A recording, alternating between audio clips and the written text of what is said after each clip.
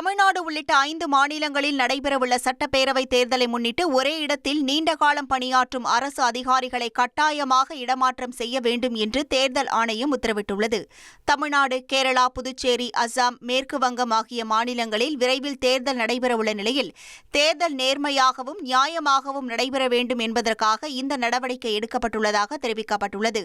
ஒரே மாவட்டத்தில் கடந்த 4 ஆண்டுகளில் 3 ஆண்டுகளுக்கு மேல் பணியாற்றிய அதிகாரிகள் அல்லது வரும் மே 31ஆம் தேதியுடன் 3 ஆண்டு பணியை நிறைவு செய்யும் அதிகாரிகள் இடமாற்றம் செய்யப்பட வேண்டும் என்று தேர்தல் ஆணையம் தெரிவித்துள்ளது.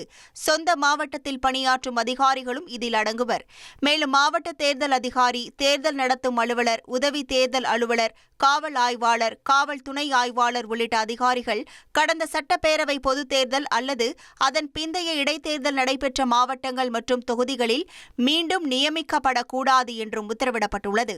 இது தொடர்பாக சம்பந்தப்பட்ட மாநிலங்களின் தலைமை செயலாளர்கள் மற்றும் மாநில தலைமை தேர்தல் அதிகாரிகளுக்கு தேர்தல் ஆணையம் கடிதம் அனுப்பியுள்ளது. 1,26,00,000 மனங்களை வென்ற தந்தை டிவி யூடியூப் சேனல். தவிர்க்க முடியாத தம்ப்நெயில்ஸ், கலக்கலான கான்டென்ட்ஸ். நீங்களும் இந்த குடும்பத்தில் இணைய இப்பவே சப்ஸ்கிரைப் பண்ணுங்க.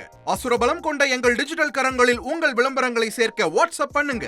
8939888838. Email advttv@dttv.in.